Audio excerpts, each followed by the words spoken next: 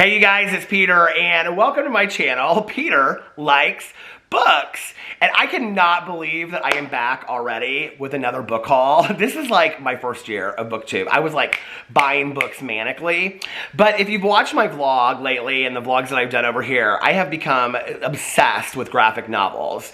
And somebody asked in my video the other day, like, what's the difference between a graphic novel and a comic book? And to be really honest with you, I am not an aficionado of graphic novels. I don't know if there is a difference. I think they're very, very similar to comics. I think they might be considered the same thing. I don't really know. And there's like different versions of them, like manga and all that kind of stuff. But I don't really know what is the difference. But I will tell you that I am obsessed with the Alice Oseman Heartstopper books. So I'm currently reading the third one, waiting for the fourth one. I don't even think it's out yet, so I'm really excited about that. Apparently she has an app now that I heard about and a website. All these people were leaving comments on my last video about it, so I'm going to have to go over there and check all that out because I love her stuff. I've got 20 minutes left of Radio Silence, so I will be finishing that today and then going back into reading A Christmas Cozy Mystery because I'm ready for the Christmas Cozy Mysteries. But all these books came today, you guys, and so I have to show them. Let me do a little bit of a, hold on a second. Let me do a little, how do you do this? Of a thumbnail.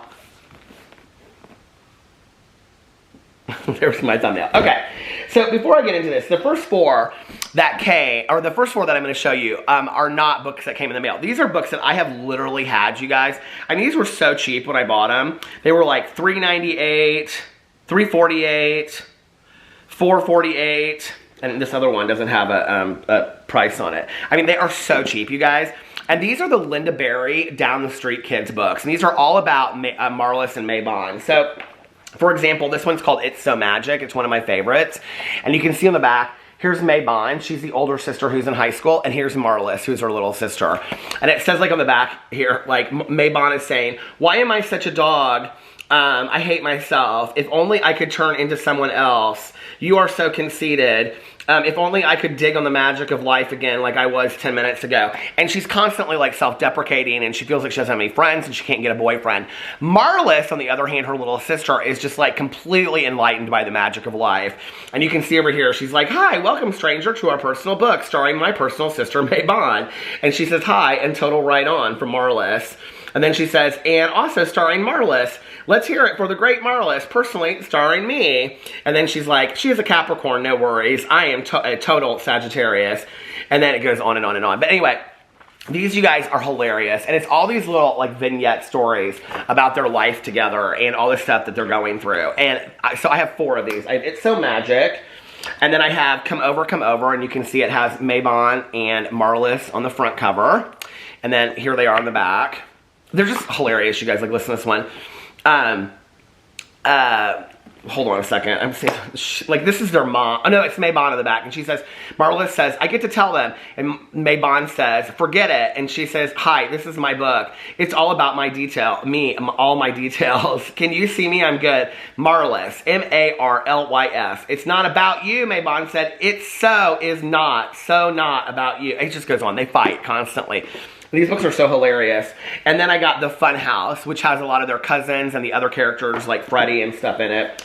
And then I also have My Perfect Life, which is like all about May Monn being in high school and how she doesn't have a boyfriend and all this kind of stuff. And if you read them, they go together like a story. Linda Berry is this fantastic cartoonist. And she also wrote the book Cruddy, which is a fictional book. And it's one of the most powerful books I've ever read in my entire life. And I wanted to reread it for a long time. So maybe I will do that in 2021. Maybe I'll do that this month. Who knows? I don't know. And then I read a couple years ago, The Good Times Are Killing Me.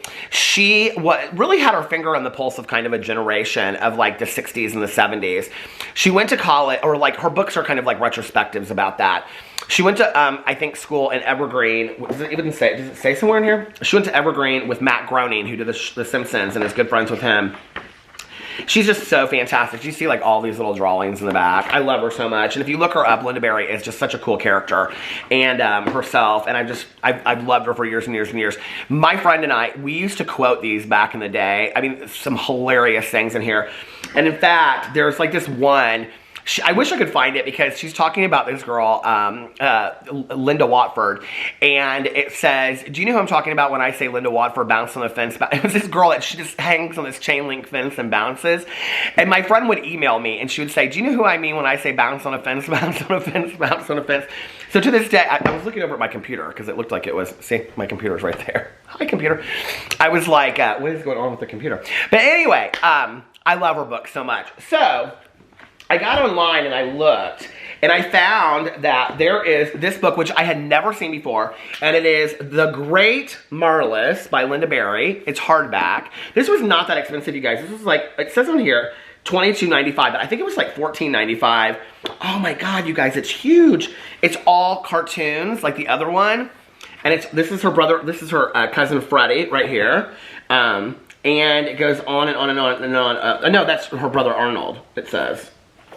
It looks like her cousin Freddie. They all look the same, honestly. Here is this one. Okay. Mrs. Dawson is from another country where it's normal to sit down and smoke a cigarette with the lighted end in your mouth. Her main English to us is, no, my darling, every time we beg her, please, please, please teach us her great smoking ability.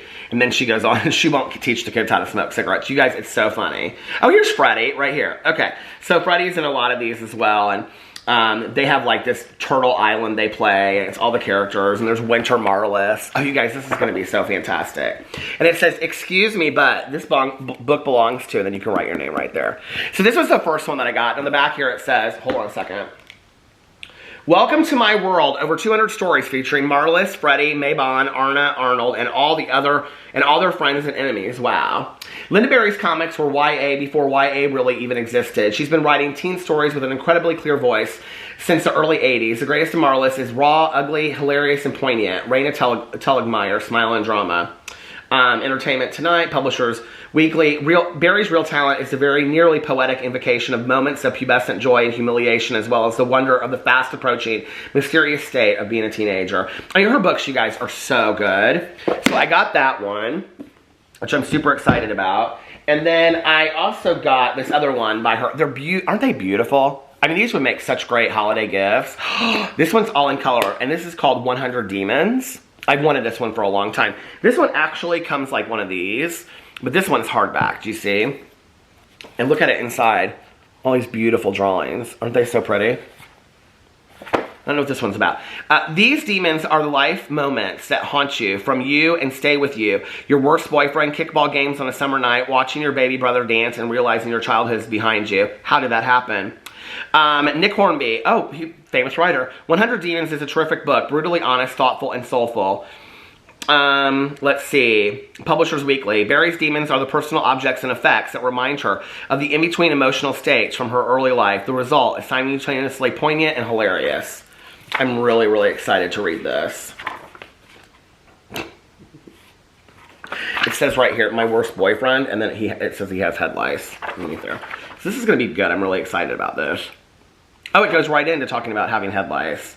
Mabon has head lice in this one, and she's younger. Oh my gosh, that's crazy. Oh, this is like when they're younger. Oh, I'm excited about this. Okay, this will be really good. I'm really excited about this. All right, and then these two were recommended to me, and I know nothing about this author whatsoever. Her name is Roz Chast, and she wrote these books that, like, the characters look very, very similar to the Linda Berry books. And this is New York Times bestseller, Can't We Talk About Something More Pleasant? And it says on the back here, winner of the 2014 Kirkus Prize in Nonfiction, named one of the best books of the year by more than 50 media outlets, including People, National Public Radio, the San Francisco Chronicle, the Seattle Times, the St. Louis Post-Dispatch, on Oprah.com, the Christian Science Monitor, the AV Club, and the Miami Herald. A new graphic memoir by the beloved New Yorker cartoonist that details her loving but exasperated relationship with her aging parents. As always, Chast's humor is poignant. They always say poignant, don't they? Is poignant and acerbic, but at the same time strangely comforting. I think this will be so much fun. I'm so excited about this, about finding somebody new. And then she also wrote this other one called Going Into Town, which is about, and I think it's another memoir, and it's about her going into New York City as a little kid. For native Brooklynite Roz Chast, adjusting to life in the suburbs, oh, I guess it's not, where people own trees was surreal, but she recognized that for her kids, the reverse was true. On trips into town, they would marvel at the strange world of Manhattan, its gumwad dotted sidewalks, honeycomb streets, and those West Side Story things, fire escapes. Their wonder inspired going into town, part playful guide, part New York stories, and part love letter to the city, told through Chast's laugh out loud, touching, and true cartoons. And then it's, of course, all this praise, which I'm sure somebody in here said that it was poignant. Look at that. Beautiful. I love the New Yorker cartoons. I didn't know that she did that. Look at that. Look, I just ate a salad, it says. Okay, I'm so excited for that. And then the last one, and I don't think I showed this in my last one, but I was really excited about this because I had heard about this years ago from some booktuber. I don't know who it was. And this is volume 1, and I always wanted to read this series, and this is The Lumberjanes. And I don't know really anything about it. Friendship to the max. As Miss Quinzela, oh, I can't pronounce this name. Thisquin, Pinnaquil, Thistle, Crumpets, Camp for hardcore lady types. Things are not what they seem. Three-eyed foxes, secret caves, anagrams. Luckily, Joe, April, May, Molly, and Ripley are 5 rad, butt-kicking best pals determined to have an awesome summer together, and they're not going to let a magical quest or an array of supernatural critters get in their way. The mystery keeps getting bigger, and it all begins here. The New York Times bestselling series begins here. Written by awesome all-star Noelle Stevenson and brilliant newcomer Grace Ellis, and illustrated by the tremendously talented Brooklyn Allen.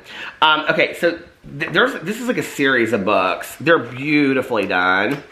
And there's not tons and tons of like writing in here, but I just heard these were really, really good, so I wanted to get it. Oh wait, here's all the hits. It's more and more that they did. So many of them they did together. So anyway, I'm excited about this. I think there's like several in this series. Anyway, I got these all from Amazon, so you can too.